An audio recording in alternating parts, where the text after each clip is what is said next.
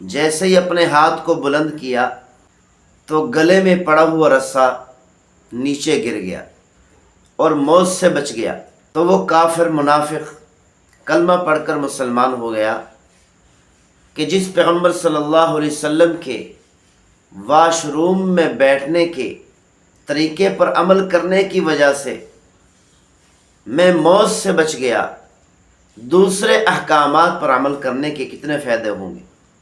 کسی نے سوال کیا کہ بیوی سے غیر فطری طریقہ سے قربت کرنا کیسا ہے؟ یہ مسئلہ اگرچہ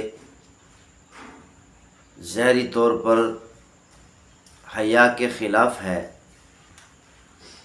لیکن اللہ تعالیٰ نے قرآن مجید فرقان حمید میں ارشاد فرمایا، ان اللہ لا یستحیی، اللہ تعالیٰ حق بیان کرنے سے شرماتے نہیں ہیں، اور پیغمبر صلی اللہ علیہ وسلم نے بھی ایسے مسائل بیان فرمائے جن مسائل کی امت کو ضرورت تھی۔ حتیٰ کہ امی عائشہ صدیقہ رضی اللہ تعالی عنہا نے بھی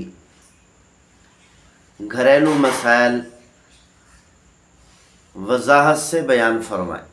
نبی اکرم صلی اللہ علیہ وسلم نے ایک مرتبہ واش روم میں بیٹھنے کا طریقہ سمجھایا تو ایک کافر تھا تو وہ مذاق اڑانے لگا، ایک منافق مذاق اڑانے لگا کہ یہ کیسا نبی ہے کہ واش روم میں بیٹھنے کا بھی طریقہ بتاتا ہے۔ پیغمبر صلی اللہ علیہ وسلم نے بتایا کہ واش روم میں کیسے بیٹھیں کہ دایاں ہاتھ کن پٹی پر ہو اور بایاں ہاتھ اپنے پیٹ پر رکھ لیں۔ تو اس منافق نے مذاق اڑانے کے لیے یہ طریقہ اپنایا، اسی طریقے سے بیٹھا تھا تو کسی اس کے دشمن نے آ کر اس کے گلے میں رسا ڈالا، اس کو قتل کرنے کے لیے، اس کو مارنے کے لیے۔ اس کا ہاتھ چونکہ کن پٹی پر تھا، اسی لیے اس نے ہاتھ کو ایسے ہی کر دیا، جیسے ہی اپنے ہاتھ کو بلند کیا تو گلے میں پڑا ہوا رسا نیچے گر گیا اور موت سے بچ گیا، تو وہ کافر منافق کلمہ پڑھ کر مسلمان ہو گیا کہ جس پیغمبر صلی اللہ علیہ وسلم کے واش روم میں بیٹھنے کے طریقے پر عمل کرنے کی وجہ سے میں موت سے بچ گیا، دوسرے احکامات پر عمل کرنے کے کتنے فائدے ہوں گے۔ تو پیغمبر صلی اللہ علیہ وسلم نے بھی ایسے مسائل بیان فرمائے ہیں جن مسائل کو امت کی ضرورت تھی۔ ایسے مسائل بیان کرنے سے اس کا مطلب یہ نہیں ہوتا کہ بیان کرنے والا حیا سے باہر چلا گیا، حیا کی حدود تجاوز کر گیا۔ جب ایسے کام لوگ کرنے لگیں گے، بے حیائی کے کام کرنے لگیں گے، تو ضرورت پڑے گی علماء اکرام کو۔ جب لوگ بے حیائی کے کام کرنے لگیں گے تو علماء اکرام کو ضرورت پڑے گی کہ اس کے خلاف آواز اٹھائیں۔ تو بہرحال اللہ تعالیٰ نے قرآن مجید فرقان حمید میں ارشاد فرمایا، نساؤکم حرث لکم فأتوا حرثکم۔ اللہ تعالیٰ نے فرمایا کہ بیوی شوہر کے لیے کھیتی ہے، تو شوہر کو چاہیے کہ ایسے مقام کے پاس سے آئے، ایسی جگہ میں قربت کرے جو اللہ تعالیٰ نے فطری طور پر متعین فرمائی ہے، اور وہ جگہ کھیتی ہے۔ جس جگہ سے اولاد پیدا ہوتی ہے اسی جگہ میں شوہر بیوی سے قربت کرے۔ دوسرے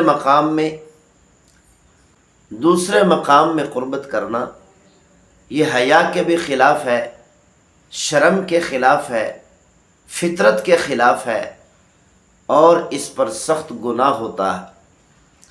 اسی لیے ہر مسلمان کو چاہیے کہ ایسے گناہ سے اپنے آپ کو بچائے، غیر مسلموں کے طریقے پر عمل نہ کرے، کیونکہ غیر مسلم تو گندگیاں کھاتے ہیں، حرام کھاتے ہیں،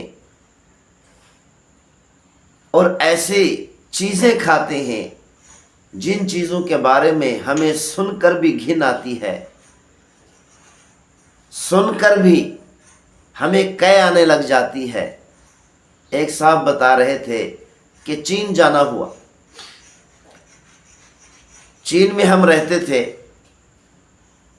تو ایک مرتبہ ان کے باورچی خانے میں، ان کے مطبخ میں، ان کے کچن میں جانا ہوا۔ جیسے ہی ان کے کچن میں داخل ہوئے، ان کے کچن میں حرام جانوروں کا گوشت پکنے کی وجہ سے اتنی بدبو تھی، اللہ کی پناہ۔ وہ کہنے لگے کہ میں وہاں پر چند سیکنڈ بھی نہیں ٹھہر سکا، فوری طور پر جیسے ہی کچن میں داخل ہوا اتنی گندی بدبو تھی، اس بدبو کو میں برداشت نہیں کر سکا اور جلدی سے باہر نکلا۔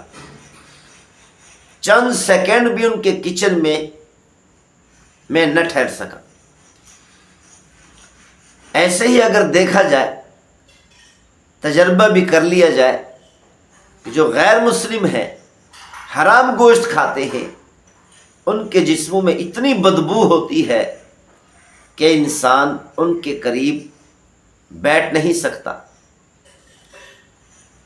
اس کی وجہ صرف یہی ہے کہ وہ گندگی کھاتے ہیں، حرام جانور کا گوشت کھاتے ہیں، حرام کھاتے ہیں۔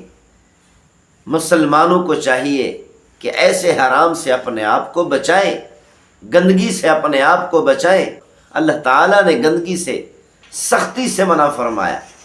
تجربے کی بات ہے، اور مسلمانوں کو اس بات کا تجربہ ہوا ہے اور اپنی آنکھوں سے دیکھا ہے، جو لوگ حرام کھاتے ہیں، کورونا کی جب وبا پھیلی تو اس وقت ان کے ساتھ کیا حال ہوا۔ جو حرام کھاتے ہیں، کورونا کی وبا میں ان کے ساتھ کیا حال ہوا۔ مسلمانوں نے